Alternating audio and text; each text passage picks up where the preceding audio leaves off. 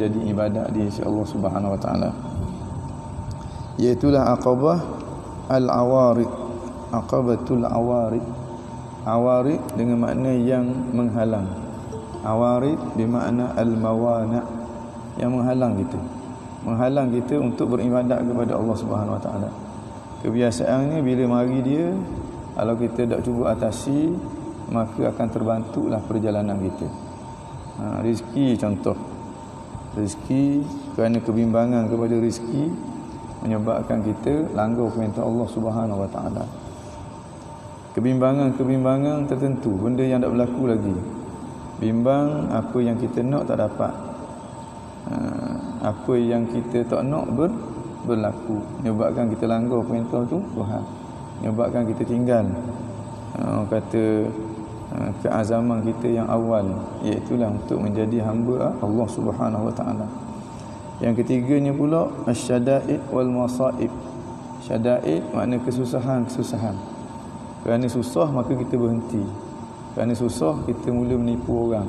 Kerana susah mula kita dapat duit daripada cara yang tidak betul. Kerana apa? Kerana kita menganggap bahawa dengan cara langgar perintah Tuhan itu kesusahan kita akan hilang. Sebenarnya tak hilang pun. Kesusahan kita tetap susah. Tak hilang pun. Itu juga dengan musibah. Musibah yang menimpa kita, dia menghalang kita daripada terus melatih diri untuk beribadat kepada Allah.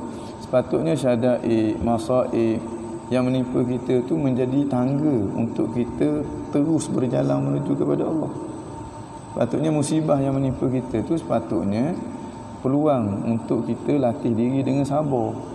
Begitu juga dengan syada'id yang menimpa kita, peluang untuk latih diri dengan sabar supaya perjalanan kita menjadi semakinlah laju dan supaya kita tak berhenti daripada usaha kita untuk nak jadi hamba Allah Subhanahu wa taala. Tapi kebiasaannya bagi orang yang tidak dijaga oleh Allah Subhanahu wa taala, ini perkara-perkara yang menghalang perjalanan, menyebabkan dia mengundur ke belakang.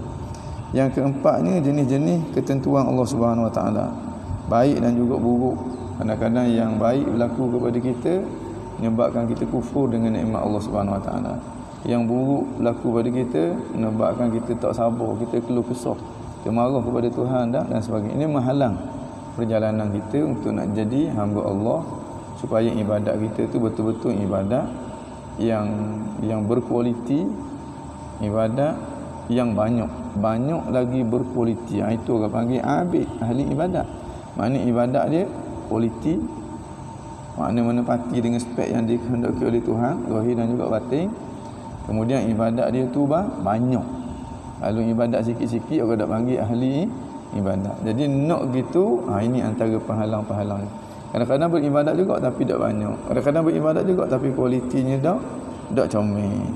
Dan kadang-kadang ibadat juga tapi bukan ibadat pun di sisi Allah Subhanahu wa taala. Jadi al-awarid ini perlu diatasi. Bahagian rezeki dengan cara tawakal, serah kepada Allah. Tak perlu runsing kenaan dengan rezeki, sebab Tuhan dah jamin rezeki setiap orang daripada kita. Cuma tinggal kita cari je. Boleh tak boleh, itu kerja Tuhan. Jangan kerana kita nak cari rezeki yang telah ditetapkan kepada kita sampai ke peringkat kita langgar perintah tu. Kenaan dengan al-akhtar, benda yang kita bimbang berlaku, benda yang kita nak tak berlaku, benda yang kita bimbang berlaku, sehingga menimbulkan kebimbangan dalam hati kita yang menghalang perjalanan kita. Maka penyelesaiannya adalah dengan tafwid, serah urusan tu kepada Allah. Tak perlu kita senakkan kepada kita dengan apa yang akan berlaku, sebab apa yang akan berlaku itu semua yang telah ditetapkan oleh Allah. La tuksir hammak ma quddir yakun. Jangan kamu senakkan otak kamu, apa yang telah ditentukan oleh Allah Subhanahu wa taala dia pasti akan berlaku. Tapi nak timbul tafwid itu, Imam Ghazali akan cerita mana kita nak menghasilkan tafwid sehingga kebimbangan itu kita dapat atasi. Mana kita nak menghasilkan tawakal supaya rezeki itu tidak menghalang kita untuk berjalan menuju kepada Allah Subhanahu wa taala. Yang ketiga pula qada, yang keempat pula qada. Qada, syada'id dan masaib pula kita atasi dia dengan dengan timbulkan sifat redha, sifat sabar. Timbulkan sifat sabar untuk berhadapan dengan syada'id dan juga masaib. Kerana syada'id dan masaib itu dia tak salah kena kepada kita. Bahkan dia telah ditentukan oleh Allah Subhanahu Wa Taala 50,000 tahun sebelum dicipta langit dan juga bumi. Yang kena tetap kena.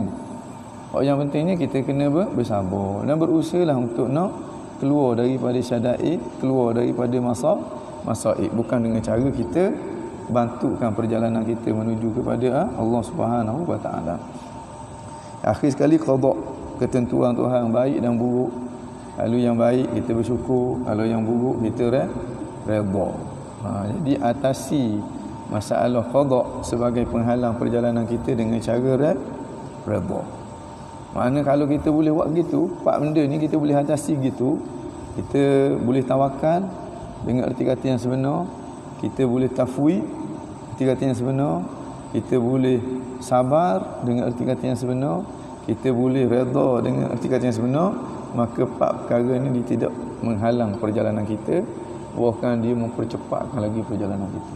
Dengan sabar, Tuhan kata innama yuwaffas sabiruna ajruhum bighairi hisab. Dengan sebab sabar tu, maknanya Allah menyempurnakan ganjaran pahala kepada orang yang sabar tanpa ada hitungan. Dengan sebab sabar tu, kedudukan kita melonjak-lonjak di sisi Tuhan. Dengan sebab sabar tu, dengan sebab musibah yang menimpa kita tu, yang apabila kita sabar, mungkin kalau berzikir untuk kita dapat kecapi rasa sabar begitu, ataupun kita dapat nampak kebesaran, keagungan Tuhan begitu, bila kita ditimpa musibah, kita nampak apa? Lalu kita faham molek, kita nampak betapa lemahnya kita di hadapan kekuasaan Allah. Timbul molek tu kan kekuasaan Allah tu. Mana kita nampak jabarnya Allah Subhanahu Wa Taala. Kita nampak sifat jalalnya Allah Subhanahu Wa Taala. Makna lagi kita sabar, lagi kita akan nampak, lagi kita pasrah, lagi kita akan nampak. Mungkin sifat pasrah itu untuk kita nampak kebesaran Tuhan tu memerlukan tempoh masa berpuluh-puluh tahun dengan cara berzikir. Kalau ni Tuhan bagi mudah-mudah je. Tuhan nampak dah. Ini kekuasaan aku, ini kehebatan aku. Mu kena aku, mu kena iktiraf, mu teruskan perjalananmu untuk nak jadi hamba aku, supaya nanti aku sayang kepadamu, mu akan dapati banyak sangat anugerah daripada aku kepadamu. Patut benda ni kalau orang yang dipimpin dia tidak akan menjadi penghalang. Tapi bagi orang ramai inilah penghalang. Inilah penghalang. Imam Ghazali cek ni penghalang dia. Kerana rezeki ramai mana orang bila tidak tawakal tentang rezeki, dia gaduh. Dia takut tak ada rezeki dia, sedangkan rezeki dia Tuhan ada dah. Akhir sekali dia terperangkap dalam perkara yang haram. Bila terperangkap perkara yang haram, dulu dia dah berusaha dah maqam taubah mula-mula, jahanam habis dah taubat dia. Faham tak? Dan dia dibelenggu pula oleh dosa dia, dibelenggu pula oleh nafsu dia, dikuasai pula oleh syaitan. Di akabah yang kedua pun jahanam juga dah. Ini sebagai penghalang. Begitulah setiap satu daripada penghalang-penghalang ini. Baik, apabila dia berjaya dah atasi penghalang-penghalang ni, tentang rezeki dia tawakal, dia serah bulat-bulat kepada Tuhan. Serah bulat-bulat bukan makna tak bekerja, makna dia hati tu gantung kepada Tuhan, yakin bahawa rezeki kita telah ditetapkan oleh Tuhan, banyak ataupun sedikit. Jadi jangan nebeng masa cari rezeki. Dengan makna jangan nebeng untuk dapatkan rezeki tu. Nebeng maksud dia mana? Jangan sampai langgar perintah Tuhan untuk nak dapatkan rezeki. Jangan sampai ke peringkat kita bantukan perjalanan kita untuk nak dapatkan rezeki. Sebab rezeki itu telah dijamin oleh Allah. Cuma kita tak percaya. Tu yang kita gaduh tu. Kita rela tinggal belajar, kita rela tinggal ibadat kerana nak dapatkan rezeki, sedangkan rezeki itu telah ditentukan oleh Allah. Nabi kata dalam Quran sebut, wa ma min dabbatin fil ardi illa 'ala Allahi rizquha. Tidak ada satu ekor binatang pun yang melata atas muka bumi ni melainkan rezeki dia menjadi tanggungjawab Allah Subhanahu Wa Taala. Bila orang tanya Abu Yazid Bastami mu nak makan dia, dengan duk buat ibadat, Abu Yazid kata mana? Tuhan aku yang memberi makan kepada anjing dengan babi, ada kamu ingat dia nak elokkan aku lapar? Selama mana kita taat kepada dia dan kita laksana perintah dia. Antara laksana perintah dia, kita cari rezeki seberapa yang kita mampu. Tapi jangan rusing dengan urusan rezeki. Itu payah. Imam Ghazali cerita mana cara nak atasi dia, supaya kita jadi orang yang kuat. Begitulah juga dengan benda-benda yang lain. Baik. Bila dah berjaya dah, rezeki dengan tawakal, al-akhtar dengan tafwid. Apa lagi? Lepas akhtar, kemudian ni syada'id wal masa'ib bis sabri, dengan sabar. Kemudian qada' bir ridha, dengan redha. Huluwihi wa murrihi, qada' yang baik, qada' yang semua dia redha belaka. Dah berjaya dah, dia boleh menguasai diri dia dah. Falamma faragha minha, apabila selesai dia minha daripada qat'i hadhil aqabah, dia merentasi aqabah ini, raja'a ilal iqbal alal ibadah, maka dia kembali semula untuk iqbal alal ibadah. Iqbal alal ibadah dengan makna bersungguh-sungguh untuk beribadah. Makna nak tambah kualiti ibadah, nak memperbanyakkan ibadah. Falam yara a'iqan wala syaghilan, dan dia tidak dapati lagi a'iqan, adanya a'iq. A'iq bermakna, a'iq dengan syaghil sama je. A'iq dengan makna yang ya'uquhu anil ibadah, yang memesongkan dia daripada ibadah. Syaghil dengan makna yang menyibukkan dia daripada ibadah, sehingga dia tak sempat untuk beribadah. Wala syaghilan, dan dia dapati tidak ada dah syaghil. Sebab apa? Sebab dia dah berjaya merentasi aqabah apa? Aqabah al-awaiq. Apa dia? Awaiq, penghalang kita, pemesong kita, penyibuk kita, yang menjadikan kita sibuk dengan benda lain sehingga kita meninggalkan ibadat. Apa dia? Ada pak Imam Ghazali kata kan. Namanya apa? Dunia. Kecenderungan hati kita nak dunia. Nak wai suku sapal bong orang. Nampak ni? Nak apa lagi? Nak iPhone Pro, benda tak tahu dah ni. Dulu saya minat agak iPhone ni, benda ni tak ada dah ni. Sebab apa? Sebab mahal. Tak agak dah nak beli. Dulu BT banyak agak, ni BT tak ada. Maknanya sampai ke peringkat bantu perjalanan kita. Ini ad-dunya. Yang dunia ni apa? Sesuatu yang tidak memberi faedah kepada kita di akhirat bila-bila. Sesuatu yang hanya menjadi hawa nafsu kita atas dunia. Itu yang dinamakan dengan dunia. Kemewahan, kelazatan, kesedapan, ketinggian, kedudukan dan sebagainya. Benda tu kalau kita mati, hilang lalu dah. Kalau jenis makanan jadi tahib, kalau jenis pakaian jadi kain buruk, kalau jenis bangunan, imam kita meninggalkan dia ataupun dia meninggalkan kita. Yang tidak memberi manfaat di akhirat bila-bila, yang menjadi hawa nafsu atas dunia, itulah yang dimaksudkan dengan dunia. Itulah yang memesongkan kita. Akhirnya kita sibuk dengan dia dah pula. Patutnya kita jalan menuju kepada Tuhan ni, kita jalan habis masa kita siang malam pagi petang untuk dia, sedangkan dia hanyalah angan-angan kosong. Mati hilang habis, kelip mata hilang.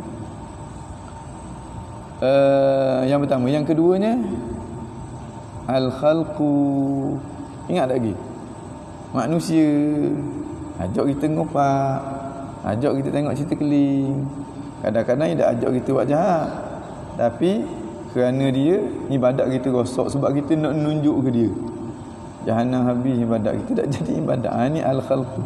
Bukan suruh kita tinggal dia, pulau dia, tidak. Ada cara Imam Ghazali akan cerita kat kita untuk nak infirat anil khalqi, untuk kita nak asingkan diri kita daripada makhluk. Sama ada asing dengan tubuh badan kita ataupun asing dengan hati kita. Macam mana Imam Ghazali akan cerita. Yang ketiganya, ni pemesong utama ni. Nama dia asyaitan. Setan. Orang ni memang kerja dia pemesong kita daripada jalan menuju ke syurga, dia bawa kita jalan menuju ke api neraka. Setan. Orang yang keempat, orang yang Imam Ghazali kata asyadduha, apa dia? Nafsu. Jadi sini bila dia melepasi dah Aqabah al-awarid ini tak ada dah penghalang dia.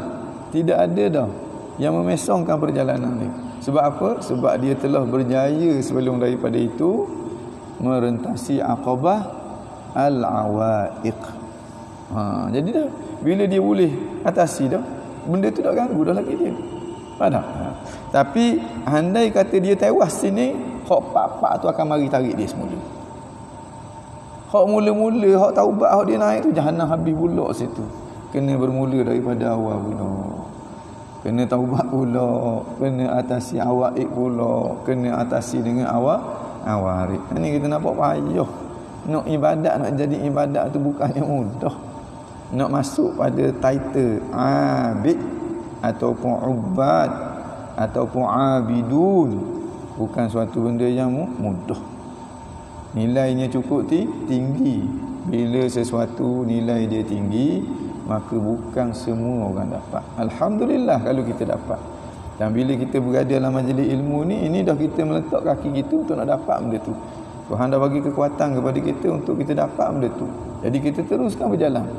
Jangan berhenti di tengah jalan. Orang panggil teruskan berjalan, jangan berhenti di tengah jalan. Bila berhenti di tengah jalan, banyaklah benda akan kekau kita dengan rimau, dengan anjing, dengan serigala, dengan ayunas ni, macam-macam jenis binatang buah yang senang tumbuh di tengah jalan. Berhenti je kena puak dulu. Berhenti je kena puak. Nak jalan pula, makan masa pula, perlu mengundur pula, meletihkan. Baik. Falamma faragha minha, tetap kala selesai dah daripada merentasi Aqabah al-awarid ini, raja'a ila al-iqbal 'ala al-ibadah, maka dia mula kembali untuk iqbal 'ala al-ibadah, untuk bersungguh-sungguh ibadah. Dengan mana untuk meningkatkan kualiti ibadat dia ataupun meningkatkan kuantiti ibadat dia sehingga dia betul-betul menjadi ahli ibadat. Sebab apa begitu? Sebab dalam hati dia ada iradah ni. Ini orang panggil murid ni. Murid ni dalam hati dia ada iradah. Dia nak ibadat, dia nak jadi hamba Allah, dia nak jadi abdullah. Jadi itulah kekuatan sebenarnya yang mendorong dia untuk melangkah. Imam Ghazali ajar dia, kalau mu nak melangkah, ini jalan dia. Ini yang mu kena daki. Jangan putus asa, jangan putus semangat, teruskan perjalanan. Nanti mu akan berjaya. Hak yang mu nak tu mu akan dapat. Dia nak apa? Dia nak apa ni? Apa yang dia nak? Dia nak jadi hamba Allah. Itu orang panggil nak tu. Nak jadi hamba Allah tu orang yang bersifat dengan nak. Orang yang bersifat dengan nak inilah yang dimaksudkan dengan murid dalam istilah ulama tasawuf. Murid maknanya man yattasifu bil iradah. Orang yang bersifat dengan iradah. Iradah tu maknanya nak apa? Nak jadi hamba Allah, nak taat kepada Allah, nak dapat redha Allah. Jadi nak paksa diri dia untuk taat kepada Allah Subhanahu wa taala. Baik. Waktu tu dia akan berlawang dengan hawa. Hawa ni nak juga. Tapi nak buat benda yang Tuhan larang. Tu banyak tu. Kalau tidak dididik, kita tak paksa diri kita, biasanya kita akan tenggelam dalam kehendak-kehendak yang buruk. Sebab itu orang kata tabiat kepada nafsu. Inna nafsa la ammaratun bisu. Nak tengok cerita keli, nak berpoya-poya pada waktu petang, nak pergi ngorak-orak puang saja-saja. Nah, itu orang panggil hawa. Lima sumiyal hawa li'annahu yahwi bi sahibihi ilal mahawi. Kerana dia akan menjatuhkan tuang dia ke dalam mahawi, ke dalam jurang kebinasaan. Kerana dia menjatuhkan tuang dia dalam mahawi, maka dia dinamakan dengan hawa. Dalam istilah ulama tasawuf, hawa itu adalah kecenderungan untuk melakukan mukhalafah, untuk buat benda yang Tuhan larang. Jadi hawa jangan ikut. Cara nak kerak hawa antara ni dengan memperbanyakkan selawat kepada baginda Nabi sallallahu alaihi wasallam. Ingat Nabi, takzim Nabi, kemudian selawat kepada Nabi SAW. Orang ulama kata idza ra'aitan nafsa minka tahakkama, apabila mu tengok nafsu kamu mula menguasai diri kamu. wa ghada taquduka fi ladhash syahwati, dan dia mula menolak kamu di dalam api syahwat.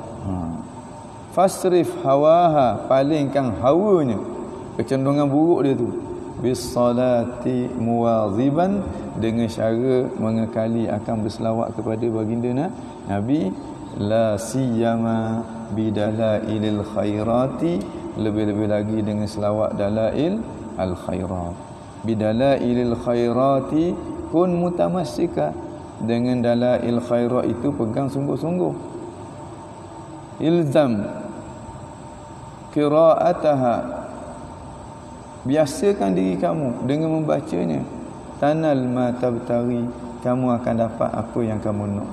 Nak apa? Nak kekang nafsu daripada hawa tu, nak putuskan nafsu daripada hawa, supaya nafsu tu tak ada hawa dah selepas daripada tu. Fasyawariqul anwar fihi laihatun, maka pancaran cahaya pada selawat dalail al-khairat itu amat nyata. Fatarku minka akhilaha la yanbaghi, maka kamu tinggal membacanya wahai saudaraku, la yanbaghi, tidak sepatutnya. Tinggal selawat kepada Nabi, sesuatu yang tidak patut sama sekali. Kerana kita perlu kepada selawat. Macam orang meninggalkan daripada minum air, tak patut. Sebab apa? Mati dia kat gini. Begitu juga kalau kita tinggal selawat kepada Nabi, tak patut. Sebab hati kita akan berpenyakit dan berakhir dengan mati. Wala'iyadzubillah. Baik. Falam yara aiqan, maka dia tidak melihat lagi adanya aiqan, wala syaghilan, dan juga syaghilan. Wa wajada ba'isan wa da'iyan, dan dia dapati ba'isan wa da'iyan.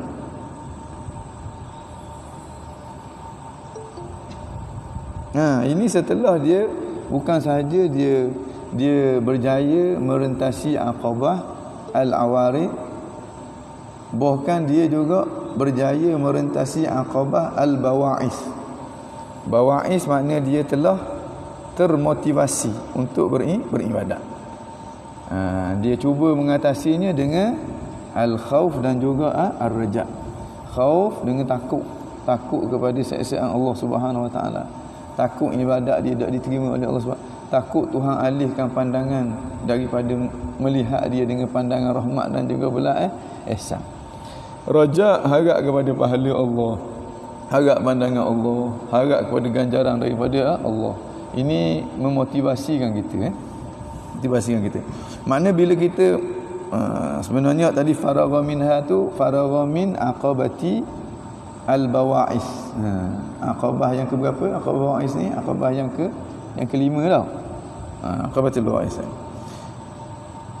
Fa nashita fil ibadah, maka dia mula bersemangat fil ibadah, untuk beribadah. Sebab apa? Sebab dia dah ada motivasi. Ada yang mendorong dia dan ada yang menghalang dia. Yang menghalang dia daripada buat maksiat, itulah dia al-khauf minallah. Yang mendorong dia untuk beribadat, itulah dia ar-raja ilallah, ar-raja minallah. Fa nashita fil ibadah, maka dia bersungguh-sungguh dalam melaksanakan ibadat. Sebab ada dorongan dah. Penghalang tak ada dah, pemesong tak ada dah.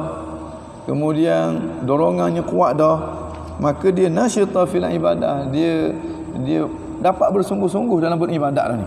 Ibadat dia jadi ibadat dah. Dengan makna kualiti ibadat dia tu meningkat dan kuantiti ibadat dia pun meningkat. Fa aqamaha, maka dia telah berjaya untuk mendirikan ibadat tadi. Berjaya mendiri ibadat tadi. Mendirikan ibadat dengan makna melaksanakan tuntutan-tuntutan ibadat tu. Makna rukun dia tak tinggal walaupun satu, zahir dan juga batin. Begitu juga benda sunat dia pun diperbanyakkan. Benda makruh dia tidak dibuat. Benda yang membatalkan dia tidak disentuh sama sekali. Makna ibadat tu dapat dilaksanakan dengan baik. Makna kalau semayang tu memang semayang sungguh tidak. Dengan rukun, dengan syarat, cukup lekat dah. Sebab rukun syarat tu aqabah ilmu dulu tu. Kemudian beribadat dengan semangat pula.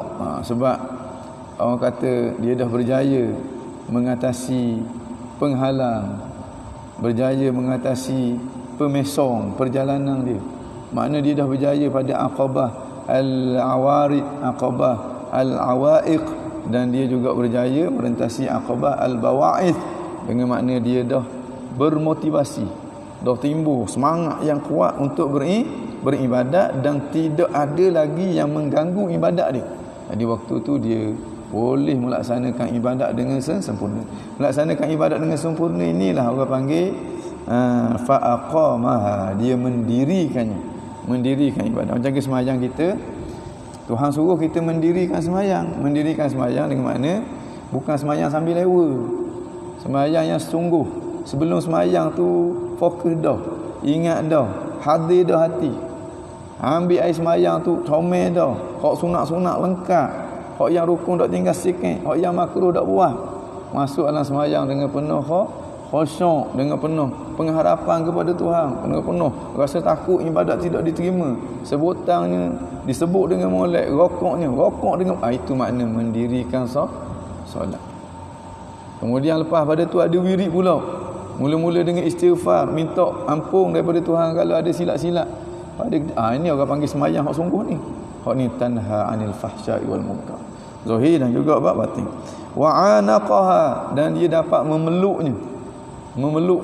ibadat itu. Sebab dia bermotivasi dah. Makna macam ke jumpa kasih gua ni. Ibadat tu jadi macam ke KFC dah. Lama tak makan KFC, boleh KFC memang pogo sungguh hati. Begitu juga ibadat tu boleh, ibadat memang pogo sungguh hati ni. Anaqaha, dan dia memeluk ibadat itu bitamami syauq, ai bisyauqit tam, dengan kerinduan yang sempurna.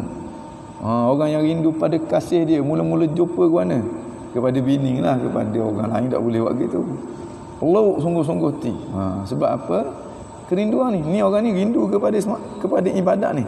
Sebab penghalang dia tak ada dah, pemesong dia tak ada dah, atas belaka dah, ilmu dia ada dah, jiwa dia bersih dah, melempah-lempah dah. Orang kata taufik daripada Allah kepada dia, dan motivasi dia kuat, makna boleh ibadat memang dia pogo sungguh-sungguh hati. Pada bitamami syauq, dengan kerinduan yang sempurna. Kerinduan ni hasil daripada mahabbah. Orang panggil buah kepada mahabbah namanya rindu. Kalau tak ada mahabbah, jangan harap ada rindu tu. Makna dia suka dah kepada ibadat tu. Makna kalau semayang dia ternanti-nanti ni, Allah lambat ni masuk waktu garik ni, nak semayang ni kalau boleh. Masuk je terus. Sebelum masuk tu dia buat persiapan dah, nak menghadap Tuhan. Begitulah juga dengan ibadat-ibadat. Sebelum masuk bulan Ramadan tu doa dah tu. Allahumma barik lana fi Rajab wa Sya'ban wa ballighna Ramadan. Allahumma barik lana. Itu doa lalu dah tu. Makna persiapan mental, persiapan fizikal dah dia buat dah. Masuk je macam hari raya selalu dah.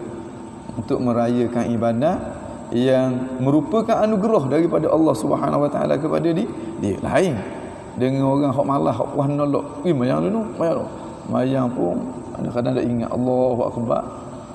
Buat benda tak tahu ni. Assalamualaikum. Mayang dah tadi. Ini orang panggil ibadat yang tidak dibuat dengan sempurna. Raghbah dengan makna keinginan yang kuat. Fa adamaha, maka dia dapat mengekali ibadat tu dengan kualiti yang sebegitu, dengan kuantiti yang sebegitu. Bila kita buat sesuatu, ni orang panggil buat bernafsu ni. Makna buat dengan penuh rasa rindu, buat dengan penuh bersemangat. Makna bila nak jadi gitu, bila aqabah yang pertama dah selesai, aqabah yang kedua selesai, ketiga selesai, keempat selesai, sampailah aqabah bawa'is pun selesai, waktu tu ibadat gila-gila. Tapi nak boleh ke selesai tu lembek dulu tu. Nak boleh ke selesai tu lembek, tungging tengah jalan, lecor, patah kaki, macam-macam jenisnya penyakit. Kadang-kadang kena kekah di anjing, lari, belanggar pula buka betik, jatuh pula betik buruk atas kepala, ada anjing pula bawah tu seekor lagi, pijak tahi pula. Astagfirullahalazim. Maknanya bukan suatu benda yang mudah.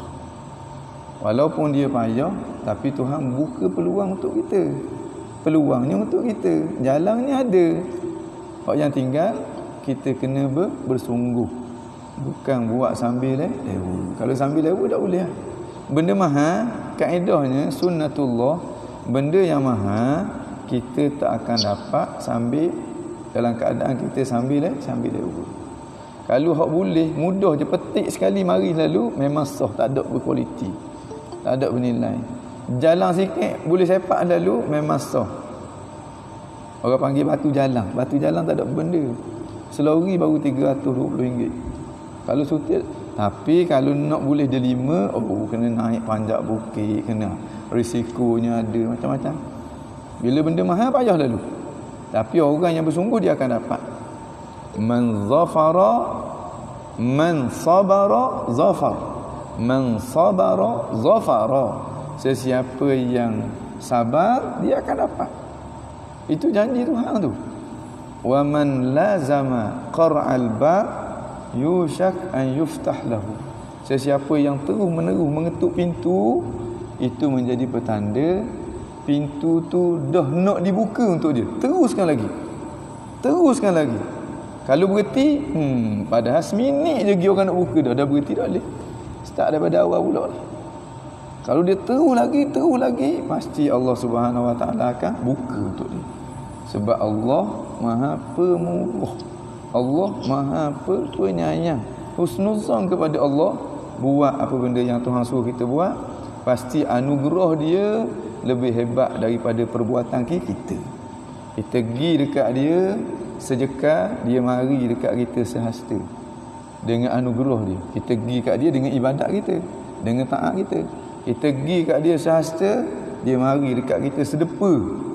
Kita pergi kat dia dengan cara berjalan, dia mari dekat kita dengan cara berlari. Anugerah dia dalam semua waktu mengatasi akan usaha daripada kita. Kita semayang 2 rakaat, cuba bayang, kita semayang 2 rakaat je. Semayang sunat subuh 2 rakaat je. Lama mana 2 rakaat tu? Berapa minit? 2 minit setengah. Perlu tenaga banyak tak banyak mana, tapi perlulah sedikit. Orang kata mujahadah, bangun semayang. Dia beri kita benda dengan 2 rakaat tu. Dunia dan segala isi dunia. Dia punya nilai dunia dan segala isi dunia. Allah besar mana tak tahulah. Anugerah Allah sepanjang waktu lebih besar daripada ibadat yang kita buat. Kerana itu ahlillah, para awliyaillah, dia tenggelam dalam beribadat kepada Tuhan. Jadi tak belik Imam Syafi'i boleh khatam Quran 2 kali sehari bulan Ramadan pun tak belik. Maknanya sebulan dia boleh khatam 60 kali, tak belik. Ali Zainal Abidin boleh semayang sehari semalam 1000 rakaat, tak belik. Sebab apa? Sebab dia solat itu dengan penuh bersemangat, dengan penuh kerinduan, dengan penuh orang kata keinginan. Macam kita kat ni, kat mudahnya ayam KFC lah. Puasa, lapar perut, nasi arak pula depan. Ya Allah, masa buka kembung lalu perut, nyanda tepi dinding, makan dengan penuh semangat.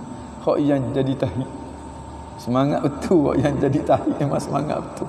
Hak yang jadi syurga tu sendal lalu tu. Sebab apa? Sebab Aqabah ni masih belum lepas. Aqabah awaik, Aqabah awarid, Aqabah bawa'is. Hak sebelum daripada tu ada yang menghalang kita daripada dapat taufik daripada Allah, iaitulah dosa-dosa kita. Tak lepas lagi Aqabah at-taubah. Nak lepas mana Aqabah taubah? Ilmu tak ada. Bila ilmu tak ada kan tak jalan.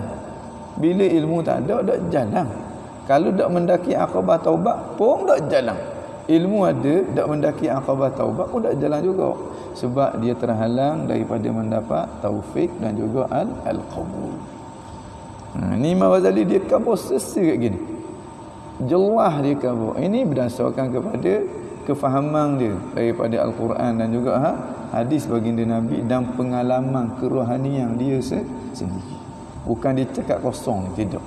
Ni orang cakap dengan penuh isi. Bukan cakap kosong. Fanashit fa'aqamaha wa'anaqaha bitamami syauqi warraghbati fa'adamaha fanadhara, maka dia memerhati, meneliti pula. fa idza tabdu li hadzal ibadah, bila kita perhati sungguh-sungguh ibadat kita ni tiba-tiba nyata, zahir. Tabdu ni makna zahara, yazharu, tazharu, zahir, nyata. Bana, sama je makna dia tu.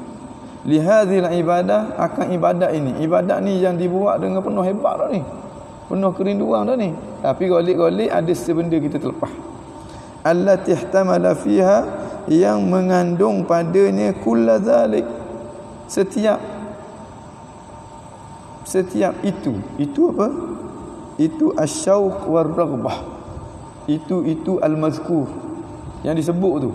Makna ibadat yang mengandungi syauq, ibadat yang mengandungi raghbah, ibadat yang berasaskan kepada syauq dan raghbah, mesti ibadat tu dia ibadat yang amat hebat dari segi kualiti dia dan juga dari segi kuantiti dia.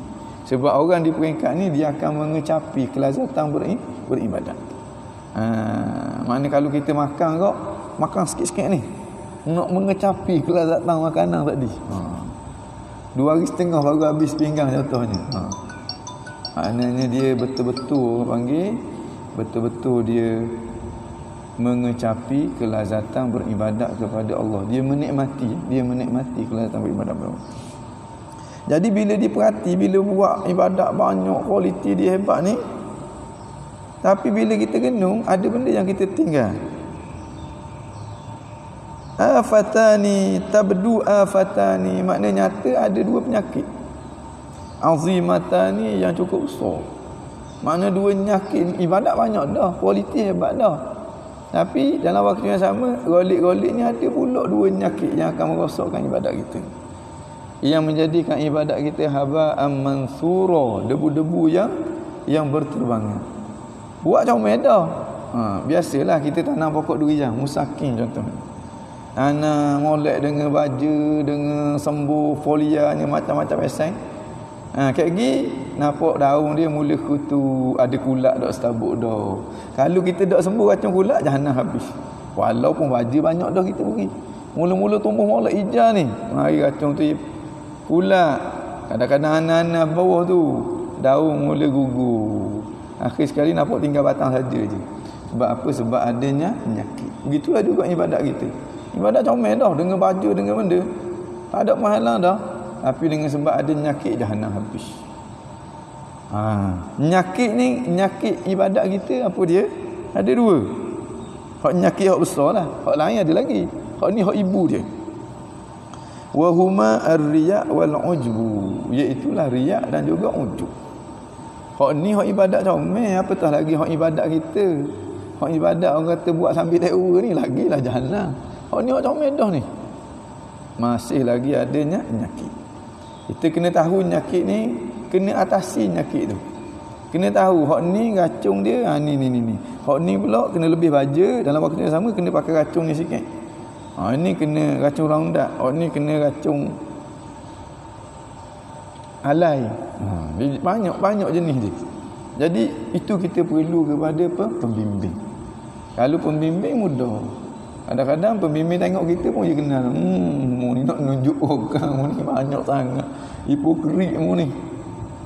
Nak nunjuk banyak sangat. Baca. Tiap hari 33 kali. Apa bendanya? Allahumma maghfiratuka awsa' min dhunubina. Allahumma inna na'udzubika an nusyrika bika syai'an wa nastaghfiruka lima. Allahumma inna na'udzubika an nusyrika bika syai'an wa nastaghfiruka wa nahnu na'lam wa nastaghfiruka lima la na'lam. Dengan zikir-zikir tertentu, dengan cara-cara yang tertentu, penyakit-penyakit yang ada itu dapat diubati. Sehingga hati kita dia menjadi hati yang benar-benar sehat. Bila hati yang benar-benar sehat, dia tak akan cenderung kepada sesuatu yang merosakkan ibadat. Sebab dia tahu makna kehidupan dia adalah ibadat. Kalau ibadat dirosak, ada mana apa? Dia tak cenderung untuk nak nunjuk orang. Kalau dia tahu penyakit nak nunjuk tu, orang panggil riak tu, jahanam habis ibadat kita. Bukan setakat jahanam, boleh dosa pula. Boleh dosa pula. Di akhirat bila-bila disebut dalam hadis baginda Nabi, innal mura'i yunada bi arba'ati asma. Orang yang nak menunjuk ni akan dipanggil dengan 4 nama. Dalam keadaan kita perlu kepada rahmat Tuhan, kita gantung kepada Tuhan, kita harap Tuhan pandang kita dengan pandangan belah ihsan, tiba-tiba kita dipanggil dengan 4 nama ni, yang nak menunjukkan betapa hinanya, betapa bencinya Tuhan kepada kita. Dipanggil dengan nama yang pertama, ya kafir, wahai orang yang kafir. Ni nyakit riak ni, nampak gitu je. Wahai orang yang kafir, dengan nikmat Tuhan, Tuhan bagi nikmat dia untuk mengguna, untuk beribadat, untuk kamu persembahkan kepada Tuhan kerana Tuhan. Tiba-tiba mengguna nikmat dia, membuat ibadat yang dia suruh untuk orang, mu gila ke apa? Ya fajir, wahai orang yang jahat. Orang yang tak kenal Tuhan. Dalam keadaan kita perlu kepada pandangan ihsan daripada Tuhan, hal tu yang kita dapat. Cuba bayang bagaimana keadaan kita. Ya ghadir, wahai penipu. Ya khasir, wahai orang yang kecewa. Dhalla sa'yuka, malaikat kata, Jahannam habis usaha-usaha kamu dulu. Ibadat kamu tak ada sekepeng pun. Wa batala ajruka, pahalamu rosak habis. La khalaqa lakal yawma, hari ni tak ada habuan apa-apa pun untukmu. Gi minta pahala daripada orang yang mu nak menunjuk kepada dia. Sebab kita dengar begitu. Tapi atas dunia sedap sangat nunjuk ke orang. Dah lah ibadat tu jeng. Dah orang kata comel ibadat tu. Tapi orang mari je. Imam baca, Alaisallahu bi ahkamil hakimin. Kita pun, bala wa ana ala zalika minasyahidin. Nak suruh orang sebelah dengar, tak ada kena-mengena pun. Orang sebelah tu bekok, telinga tak bermolek, tak dengar pun. Jahannam habis ibadat kita. Kerana ada riak. Warak depan orang, tunduk, konon-konon suruh orang kata kita ni warak. Tak ada kena, orang tak pandang pun. Tapi kita tertipu dengan diri kita. Akhir sekali bila kita buat orang tengok, basa jadi muka nak nunjuk, nak malu. Dia pergi kat kita, jadilah nunjuk lugar dengan aku tengok. Orang tengok, luar muka. Ini orang yang tak cerdik. Ini orang yang amat bodoh. Bodoh tu dengan dok bodoh. Bukan kata bodoh dengan dah, dengan dok bodoh. Maknanya ini, tapi itu yang biasa berlaku. Itu yang biasa berlaku. Dan ini maknanya bukan kita kata kita bebas daripada riak, tak. Nak bebas daripada riak perlu kepada mujahadah yang kuat. Sekurang-kurangnya kita boleh tolak. Bila dia mari, ini riak. Astagfirullahaladzim, ini riak. Sekurang-kurangnya. Kalau tak boleh nak cabut riak tu daripada akar umbi, dengan akar umbinya daripada hati kita. Nak cabut riak dengan akar umbi dia daripada hati kita, tu kena ada tok guru. Kena ada tok guru. Kena melazimi zikrullah, kena mujahadah lawan nafsu, kena ada ilmu, kena ada suhbah dengan orang yang ikhlas, orang yang tidak ada riya. Cukup syarat-syarat dia, maka benda tu akan tertanggap. Itu pun kalau pelik mata sikit, mari pula hupuk. Bila kita cabut, okey, tak ada dah hupuk. Tapi kalau kita lock je dia, kita tak jaga, mari pula tumbuh pula. Begitulah perjuangan kita sampai kepada kita mati. Tapi kalau kita mesing dia rupuk tu, dia tetap ada, tumbuh. Mesing pula tumbuh. Mesing pula tumbuh. Jadi letih sikit. Hak tu yang fardu ain, dengan makna bila mari riak kita tolak, mari riak kita tolak, mari riak kita tolak. Tapi letihlah. Kadang-kadang ibadat kita tak lekang daripada riak. Taib. Yang keduanya ujub. Ujub ni berasa diri hebat. Berasa kita beribadat dengan kekuatan yang ada pada kita. Bila ada ujub ni, bila dia naik, dia akan jadi takabur. Bila dia tengok orang lain lekeh daripada dia lebih tinggi. Mula-mula dia nampak diri dia hebat. Kalau setakat nampak diri dia hebat, tu orang panggil ujub. Dia yang beribadat, dia yang tolong orang, dia segala-galanya dia. Jadi orang-orang tu kalau Dia minta tolong, orang tak tolong dia berasa basa. Masa mu dulu aku tolongmu, ikhlas aku tolongmu. Khabar ke dia, mu cakap gitu mudah ikhlas dah mula-mula. Itu yang mu cakap gitu. Mu dak belajar. Kalau mu belajar mu dak cakap gitu, mu malu mu nak cakap gitu. Bila dia naik setangga dia akan jadi takabur. Masa ujuk tu pun ibadat rosak dah. Ibadat jahanam habis dah. Jadi macam gana-gana kerik dinding dah. Kalau tak naik pun kekal dengan ujuk tu. Ujuk ni kadang-kadang tak semestinya ada orang. Dia semayang seorang pun Allahu Akbar. Masya-Allah hebatnya aku ya Allah. Mana aku ni ahli ibadat. Nung tidur belaka. Aku seorang je hebat. Ini ujuk penyakit yang akan merosakkan amalan. Jadi sini kena daki pula sekali lagi. Kena mujahadah pula sekali lagi. Untuk nak tolak ataupun untuk nak cabut. Untuk nak cabut, itu perlu kepada mujahadah yang besar lah. Untuk nak tolak tu sekadar ilmu dan kita ingat, kita tolak, itu taklah payah sangat. Tapi keriklah, letihlah. Taratan yura'i bi ta'atihi. Kadang-kadang yura'i dia menunjuk-nunjuk bi ta'atihi dengan ketaatan dia. Menunjuk ni apa? Dia nak tarik pandangan orang terhadap kebaikan yang dia buat. Sepatutnya kebaikan yang kita buat, kita kena tarik pandangan Tuhan. Barulah Tuhan akan bagi ganjaran. Tapi kerana kebodohan, kita tarik pandangan orang. Akhir sekali orang bulu mata tengok kita. Kita berasa dia respect kita. Tapi Tuhan tunjuk kepada dia kita nak tunjuk. Kita ingat dia respect kita, padahal belakang kita tu muka nak tunjuk. Tu muka nak tunjuk. Masa depan orang kau awak nak nangis lah macam-macam pesan. Astagfirullahalazim. Pada bodoh dia orang ni.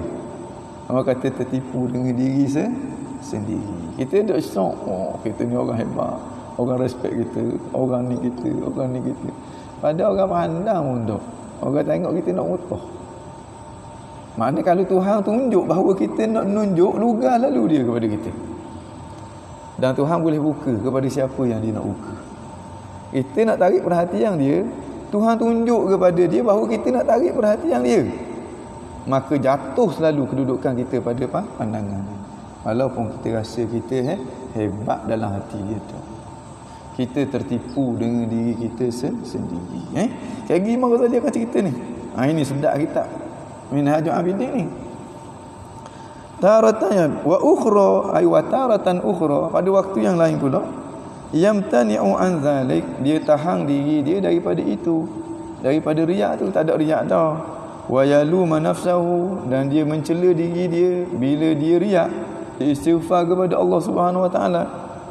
Tapi fayajibu bi nafsi, tapi dia ujub dengan diri dia pula. Dia rasa diri dia hebat, diri dia gagah. Ujub bila kita tak nampak ibadat kita itu anugerah daripada Tuhan.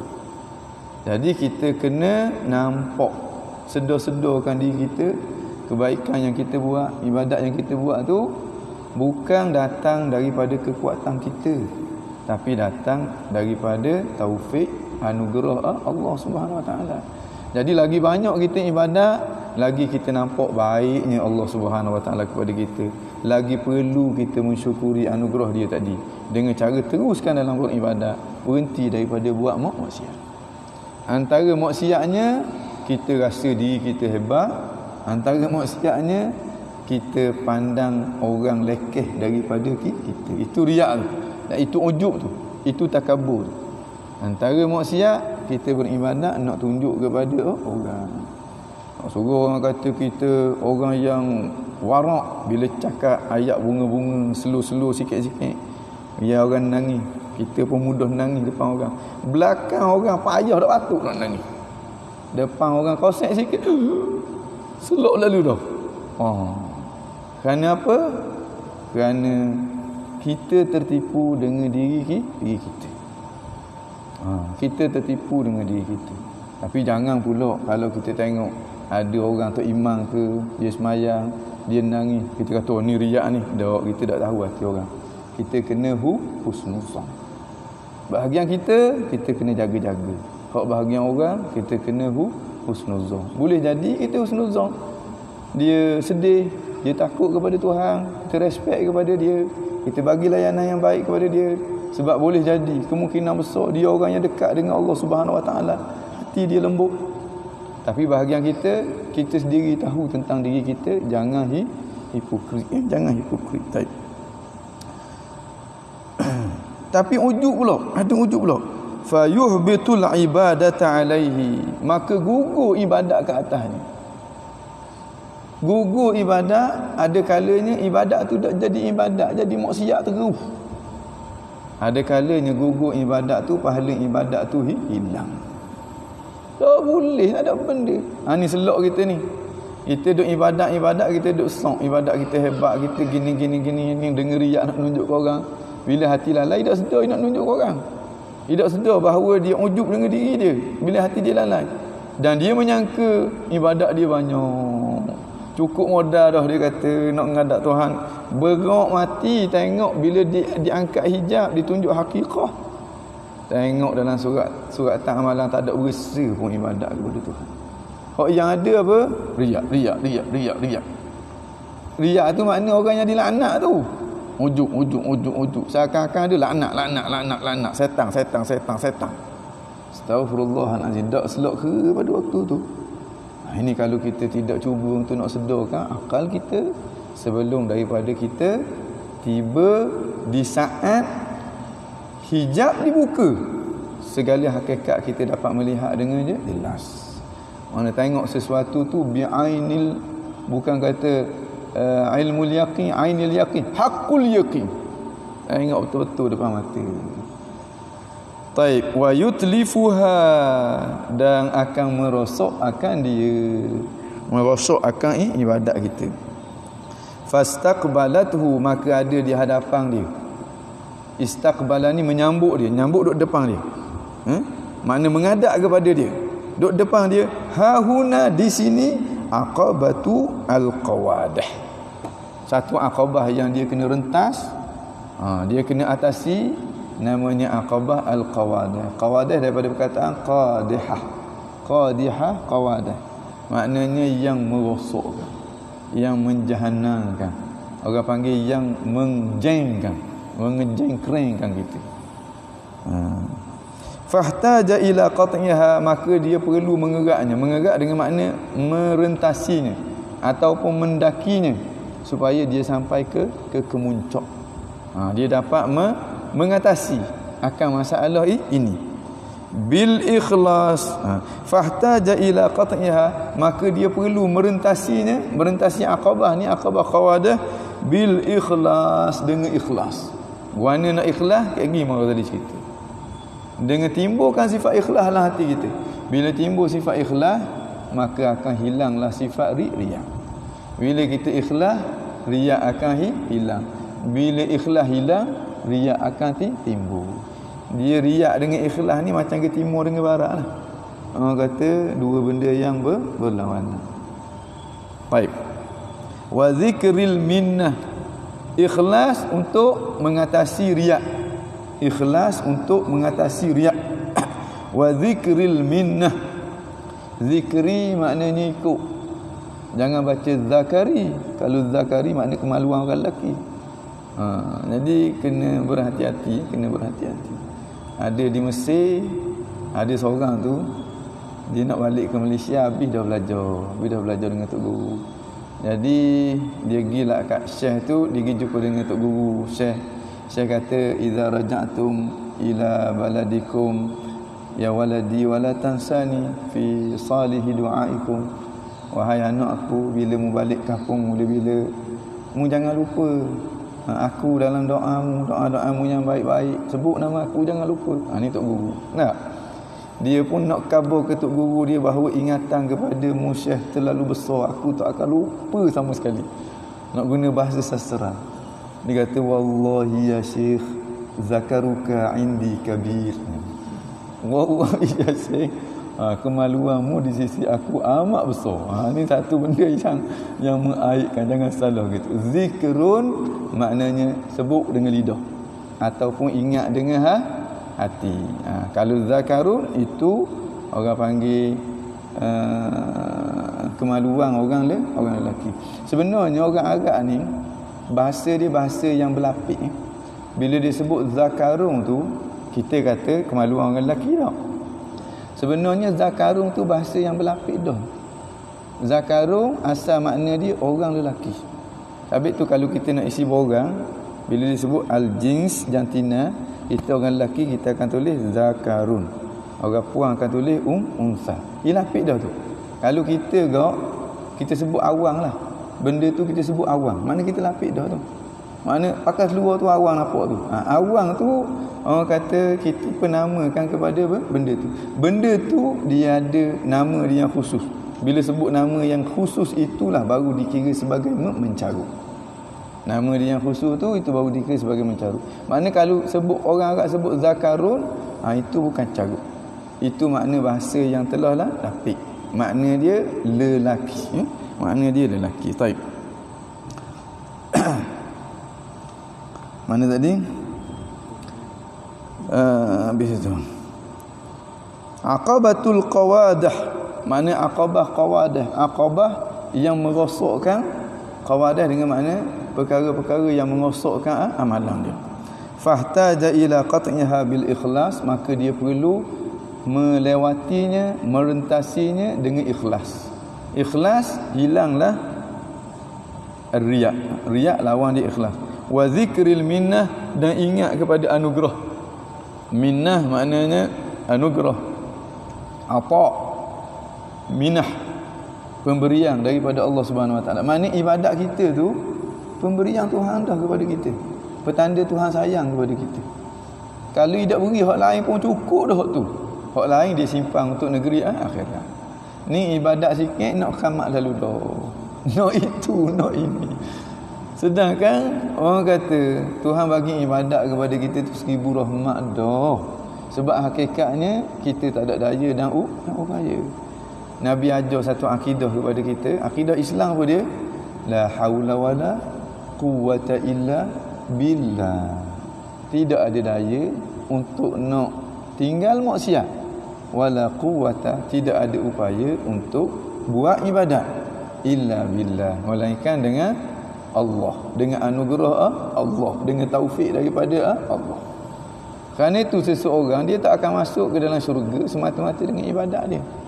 Dia akan masuk dalam syurga dengan rahmat Allah, sebab kepada rahmat Allah ibadat yang dia lah lakukan.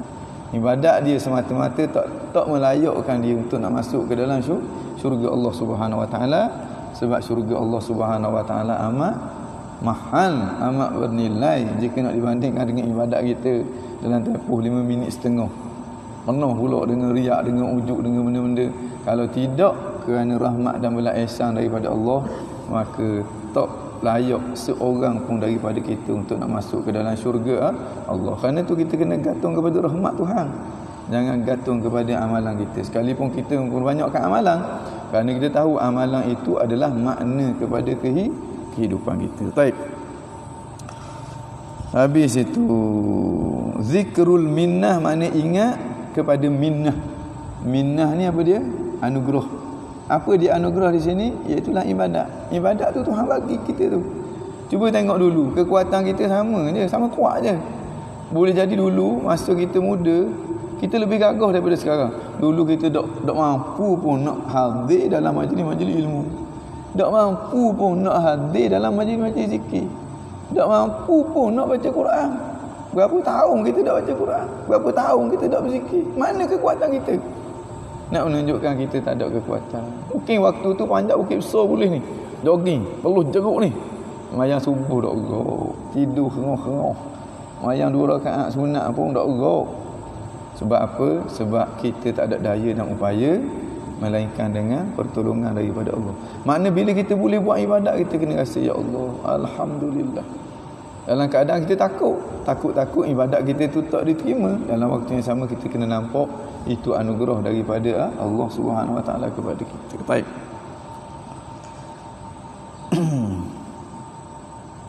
Fastak wa nahwiha, dan seumpama ikhlas, seumpama zikrul minna. Apa dia? Kita hadirkan bahawa kita ni tak ada daya dan upaya melainkan dengan pertolongan Allah.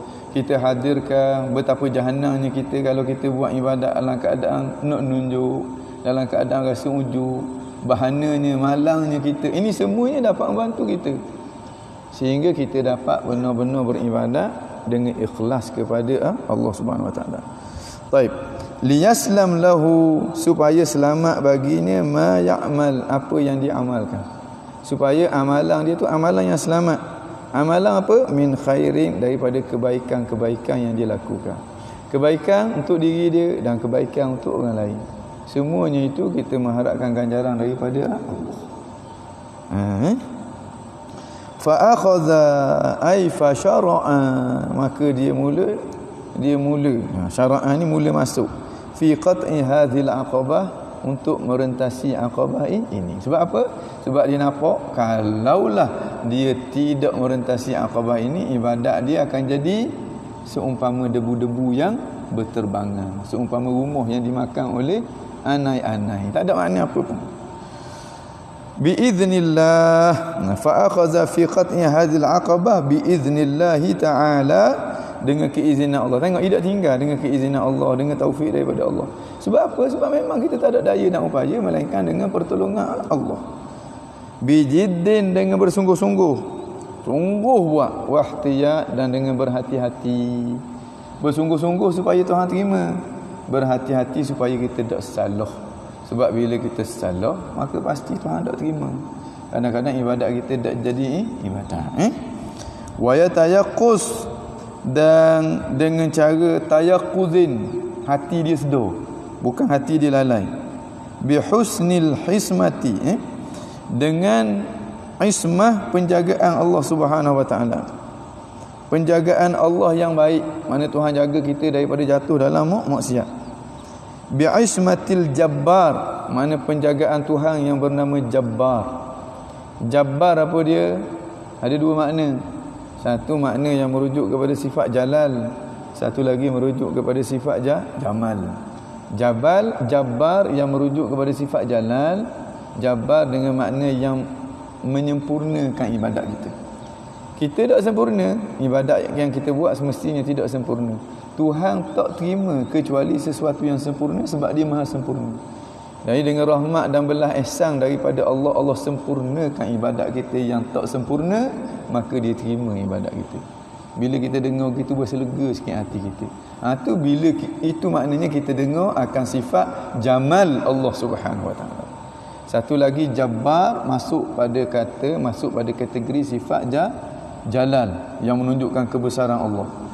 Maksud dia apa? Maksud dia Tuhan buat sesuatu tidak ikut kita, dia ikut dia. Kita kena tunduk patuh kepada dia. Kita kena tunduk patuh kepada dia. Dia buat, tak ikut kita, dia ikut dia. Apa yang dia nak buat, dia akan buat. Dia boleh humbang siapa yang dia kehendaki ke dalam api neraka. Dia boleh kenakan siksaan siapa yang dia kehendaki dengan azab yang pedih. Ini menakutkan kita. Jadi kita kena gantung kepada jamal dia dan juga kepada jalal dia. Gantung kepada jamal dia, jangan buat benda dia marah. Gantung kepada jalal dia, harap akan ganjaran daripada dia. Sebab dia Tuhan. Bila Tuhan, dia boleh buat benda yang dia nak buat. Kerana tu kita tak boleh duduk di zoom selesa. Kena duduk di antara al-khauf dan juga ar-raja. Takut sangat-sangat ibadat kita Tuhan tak terima. Sebab hak dia nak terima tak mau terima. Harap sangat-sangat supaya dia terima. Sebab Tuhan kita maha pemurah, Tuhan kita maha penyayang. Jiwa orang mukmin sentiasa berada di antara al-khauf war-raja dalam hidup dia, atas apa amalan yang dia buat. Baik. Wa ta'yidihi, dan pertolongan daripada dia. Dengan pertolongan dia yang elok itulah maka kita mampu untuk melaksanakan ibadat, dan kita mampu untuk merentasi aqabah ini, sehingga sifat riak tu cabut daripada hati kita. Bila kita buat benda-benda bukan lagi untuk nak tarik perhatian orang, kita buat benda-benda semata-mata untuk nak tarik perhatian tu Tuhan. Benda ni kena didik. Kalau dah didik tak jadi. Nak derma, nak letak tu, mari dulu ni tahlah hati. Aku buat ni untuk apa? Nak suruh orang tengok ke nak Tuhan tengok? Do, aku nak Tuhan tengok. Ya Allah, ikhlaskanlah hati aku. Bismillahirrahmanirrahim. Baru kita lepas. Ini makna yang amat dititik beratkan oleh generasi salaf. Niat kita. Kerana niat kita tak betul, kerana kita nak nunjuk ke orang, lupa kita daripada pandangan Tuhan, menyebabkan segala amalan kita menjadi haba'an mansura. Orang kata debu-debu yang berterbangan, dan akhirat bila-bila kita perlu kepada bekalan yang banyak. Nak ambil mana?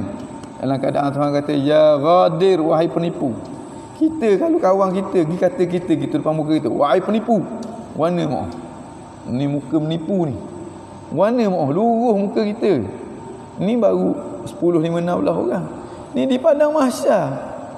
Malaikat kata, Tuhan kata ni muka penipu, muka kafir, muka jahat, muka yang akan kecewa. Di mana kita nak letak muka kita? Sedangkan riak tu tak sedap mana pun. Tapi bagi orang yang hatinya lalai, sedap sangat riak. Dok tidur malam tak apa. Untuk riak, dok tidur malam tak apa. Baca Quran siapa pergi tekak-tekak tak apa untuk riak. Tapi untuk Tuhan, ya Allah. Tapi ahlillah untuk riak, no way. Sebab dia sedar orang tak boleh bagi manfaat dan mudarat kepada dia. Untuk Allah, Masya Allah. Nabi kata, lam tadzuq halawatal iman, mu tak akan rasa kemanisan iman hatta tara ghairaka kal aba'ir, sehinggalah kamu tengok orang selain daripada kamu itu seumpama unta. Kemudian kamu tengok kepada diri kamu, maka kamu dapati kamulah unta yang paling kecil sekali.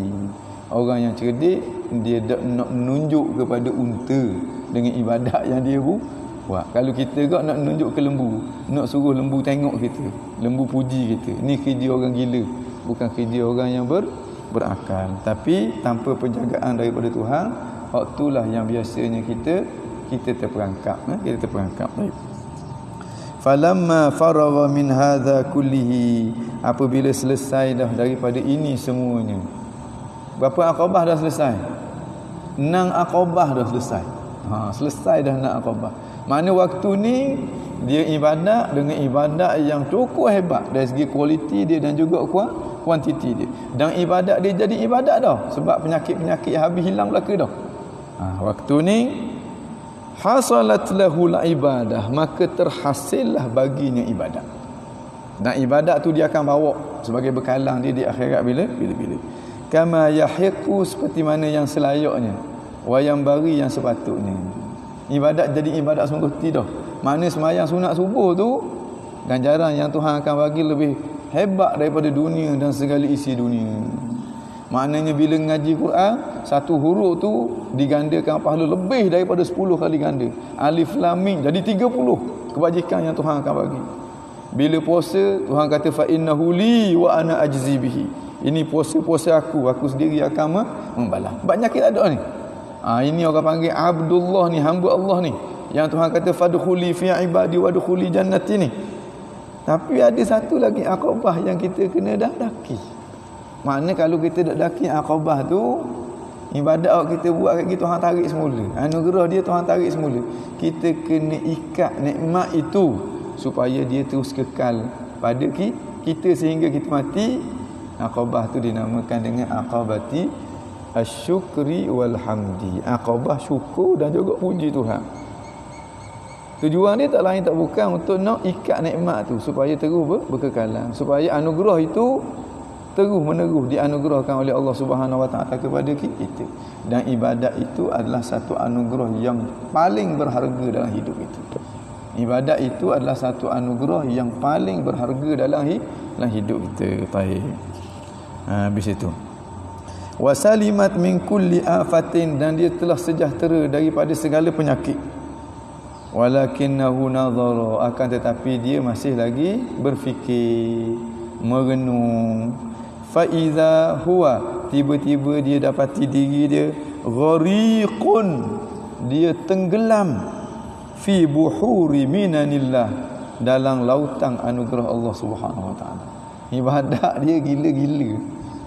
Tenggelam dalam lautan anugerah Allah. Anugerah Allah berupa ibadat, berupa makrifat, berupa musyahadat, berupa rezeki zahir dan juga batin. Orang kata kesenangan hidup atas dunia, orang kata ganjaran yang besar di negeri akhirat.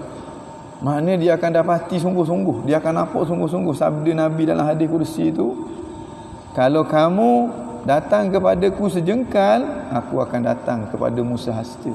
Kalau kamu datang kepadaku sehasta, aku akan datang kepadamu sedepa. Kalau kamu datang kepadaku dengan ibadat dalam keadaan berjalan, aku akan mendatangimu dengan anugerah dalam keadaan berlari. Dengan makna anugerah lebih banyak umbang. Anugerah Tuhan banyak umbang jika nak dibandingkan dengan ibadat yang. Tapi dah kita dah nampak tu, jadi kita tak seronok ibadat tu. Kita rasa ibadat ni satu benda paksaan, satu benda yang kalau tak buat kan kena buat juga. Jadi macam ke orang tengah demam, dia rasa makan KFC tu satu paksaan daripada mak dia. Mak dia suruh makan KFC ni. Kalau tak makan KFC meletih lagi nak makan ubat pun tak. Jadi dia makan pun ambil syarat je untuk nak makan ubat. Sebab apa? Sebab dia sakit. Tapi bila dia sembuh, jangan terbang letak. Depan dia habis. Letak 20 ketul habis. Apa ni? Suruh bayar pun dia bayar. Suruh start motor pun dia start motor. Sebab dia mula nampak. Begitulah dengan kita. Bila Tuhan bagi nampak, bila kita merentasi 7 akabah ni, kita berjaya nak akabah dia. Berjaya, kita akan mula nampak betapa banyaknya anugerah Allah Subhanahu Wa Taala kepada kita.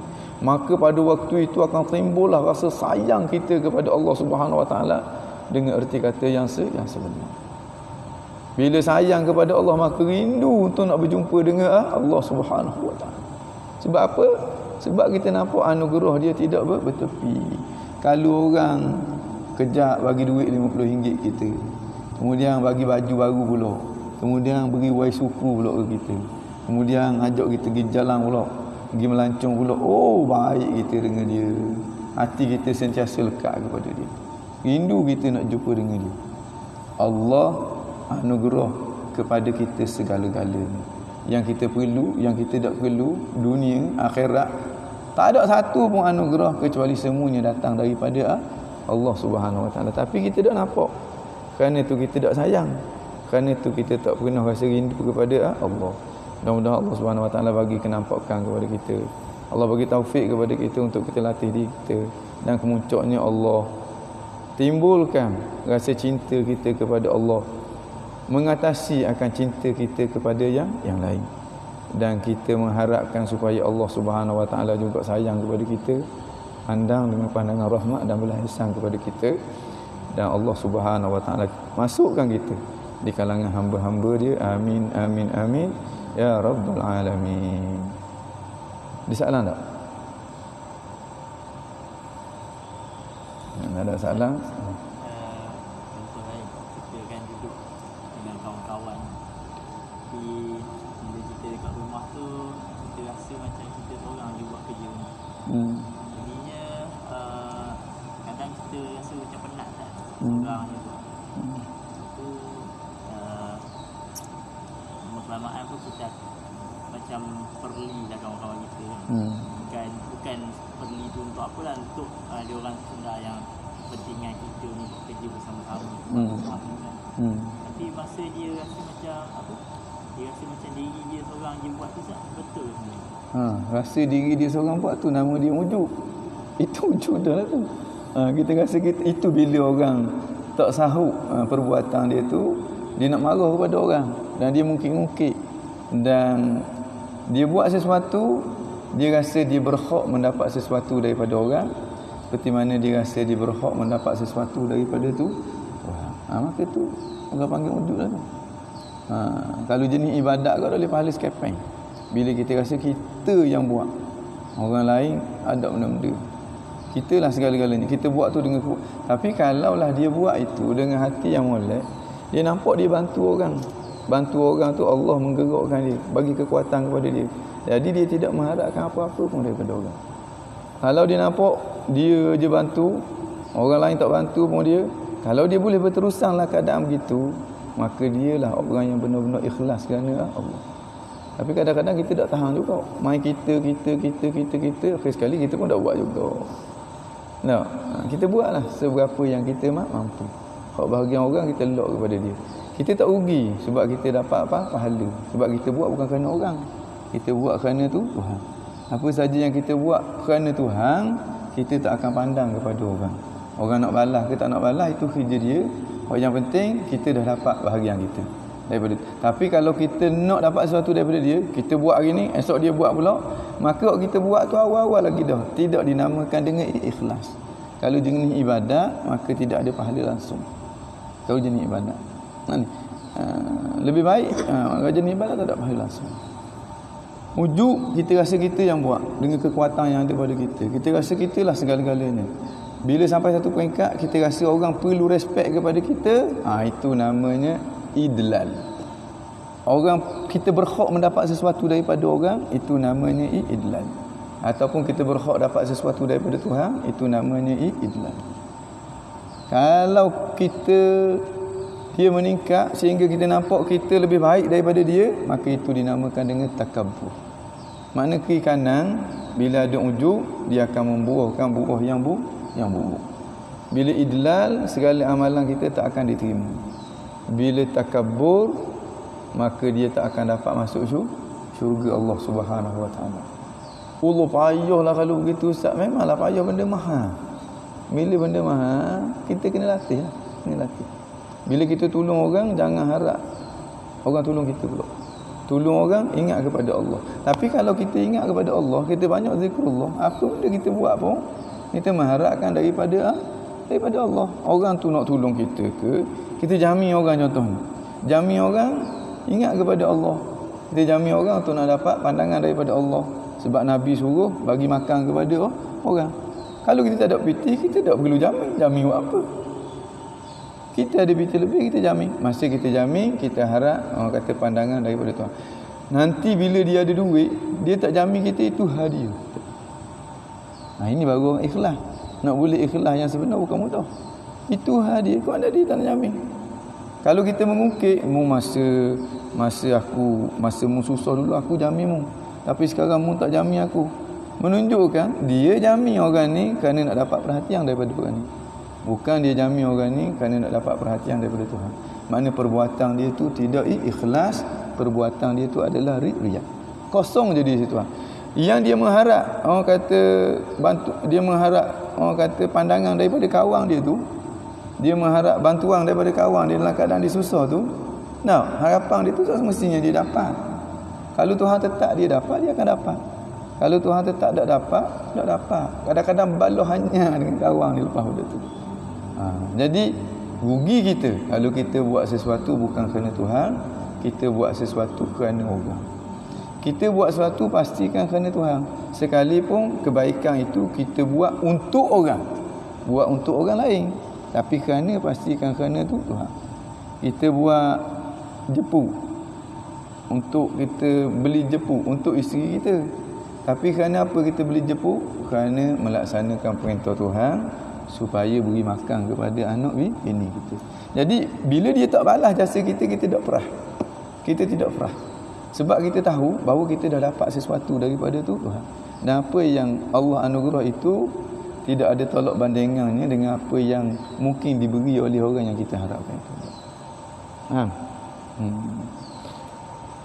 Itulah yang kita perlu banyak mujahadah, ilmu kena ada, kemudian kena mujahadah, lawan kita punya nafsu kita, dan kena memperbanyakkan zikrullah, banyak ingat kepada Tuhan. Dia dapat membantu kita, bantu kita untuk kita baiki diri kita. Mudah-mudahan kita Assalamualaikum Ustaz, macam mana kita nak tahu yang Allah telah pun meredai kita? Kita nak tahu Allah meredai kita kalau Tuhan kabul lah. Tapi kita tak tahu, cuma kita hanya mengharapkan saja. Kita tak pasti Tuhan redha ke tak redha, tapi kita mengharapkan Tuhan redha. Penanda Tuhan redha kepada kita, Tuhan letak kita menjadi ahli ibadat. Itu tanda. Tapi kita tak tahu betul ke kita ahli ibadat. Takut ibadat kita ada riya, ada ujung, ibadat kita bukan ibadat pun di situ Tuhan. Tapi bila kita diletak sebagai ahli ibadat, kita kena rasa bersyukur dah. Dan kita kena rasa takut. Anugerah itu ditarik semula. dan kita kena berharap supaya petanda itu benar-benar menjadi petanda bahawa Allah Subhanahu Wa Taala redha kepada kita. Bila kita tahu benar-benar Tuhan redha kepada kita, bila Tuhan buka hijab. Bila Tuhan buka hijab, kita tahu lah. Bila hijab tu dibuka, pada saat kematian. Masuk alam barzakh itu setok kita tu. Aku ingat Tuhan redha kepada aku, rupanya Tuhan benci kepada aku. Sebab apa? Cek. Riya, takabur, ujub, jahil, ikut nafsu. Kerana itu kita kena sentiasa berada dalam mood al-khauf dan juga ar-raja. Sebab kita nak pasti. Kecuali apabila ditunjuk hakikat kepada kita. Dan hakikat bila nak tunjuk hakikat tu? Yang pastinya bila berlaku saat kematian, bila kita masuk ke alam barzakh, bila kita masuk ke alam akhirat, barulah segala hijab akan dibuka. Yang kita nampak adalah sesuatu yang pasti. Waktu tu nampaklah hak jahat-jahat, hak baik-baik, hak mulia-mulia, hak hina-hina. Jadi kalau boleh waktu tu kita tak ambuh nampak kita hina, kita tak ambuh nampak kita ni berdosa. Jadi peluang yang ada ni kita gunalah sekadar kemampuan kita. Ar-ruju' ila Allah, kembali semula kepada Allah daripada kesilapan yang kita buat. Okey, boleh? Inna Allah wa malaikatahu yusalluna 'alan nabi ya ayyuhalladzina amanu sallu 'alaihi wa sallimu taslima. Allahumma salli afdhala salatin ala as'adi makhluqatika sayyidina Muhammadin wa ala alihi wa sahbihi wa sallim adada ma'lumatika wa midada kalimatika kullama dhakaraka dhakiruna wa ghafala an dhikrika wa dhikril ghafilun. Rabbana anfa'na bima 'allamtana, Rabbi 'allimna alladhi yanfa'una, Rabbi faqina wa faqi ahlana wa qarabatin lana fi dinina ma'a ahli qutri unsa wa dhakar. Rabbi wafiqna wa wafiqhum lima tartadi qawlan wa fa'lan karama warzuqil kulla halalan daima wa aqil atqiya ulama nuhdha bil khairi wa nukfa kulla syarr. Rabbana waslih lana kulla syu'un wa aqir bir ridha minkal uyun waqdi 'anna rabbana kulla duyun qabla an ta'tiyana rusulul manun waghfir wastur anta akraman satar. Wa salatullahi tawshal mustafa man ilal haqqi da'ana wal wafa bi kitabin fihi linnasi shifa wa 'alal alil kirami syurafa wa 'alas sahbil masabihil ghurar. Allahumma hdina bihudak waj'alna mimman yusari'u fi ridak wa la tuwallina waliyan siwak wa la taj'alna mimman khalafa amraka wa 'asaq. Hasbunallahu wa ni'mal wakil wa la hawla wa la quwwata illa billahil 'aliyyil 'azim. يا ربنا اعترفنا بأننا اقترفنا وأننا أسرفنا على لظى أشرفنا فاتب علينا توبة توسل لكل حوبة واستر لنا العورات وآمن الروعات واغفر لوالدينا ربي ومولودينا والآل والإخوان وسائر الخلان وكل ذي محبة أو جيرة أو صحبة والمسلمين أجمع آمين ربي اسمع فضلا وجودا منا لا باكتساب منا بالمصطفى الرسول نهضى بكل سولي بالمصطفى الرسول نهضى بكل سولي بالمصطفى الرسول نهضى بكل سولي صلى وسلم ربي عليه عد الحب وآله والصحب عداد طش السحب فالحمد للإله في البدء والتناهي سبحان ربك رب العزة عما يصفون سلام على المرسلين الحمد لله رب العالمين في كل لحظة أبدا عدد خلقه ورضا نفسه وزنة عرشه ومداد كلماته. الفاتحة بنية القبول وتمام كل سؤل ومأمول وصلاح شأن الله وباطنا في الدين والدنيا والآخرة دافعة لكل شر جالبة لكل خير لنا ولوالدينا وعلى نية أن الله ينور قلوبنا وقوالبنا مع الهدى والتقوى والعفاف والغنى الموت على دين الإسلام والإيمان بالأمانة والامتحان بحق سيد ولد عدنان وعلى كل نية صالحة إلى حضرة النبي محمد صلى الله عليه وسلم. الفاتحة. أعوذ بالله من الشيطان الرجيم. بسم الله الرحمن الرحيم. الحمد لله الرحمن الرحيم مالك يوم الدين إياك نعبد وإياك نستعين اهدنا الصراط المستقيم صراط الذين أنعمت عليهم غير المغضوب عليهم ولا الضالين آمين. سبحانك اللهم وبحمدك أشهد أن لا إله إلا أنت نستغفرك ونتوب إليك. بسم الله الرحمن الرحيم. والعصر إن الإنسان لفي خسر الذين آمنوا وعملوا الصالحات وتواصوا بالحق وتواصوا بالصبر. أقول قولي هذا وأستغفر الله العظيم لي ولكم. السلام عليكم ورحمة الله وبركاته. تقبل الله منكم. وعليكم السلام ورحمة الله.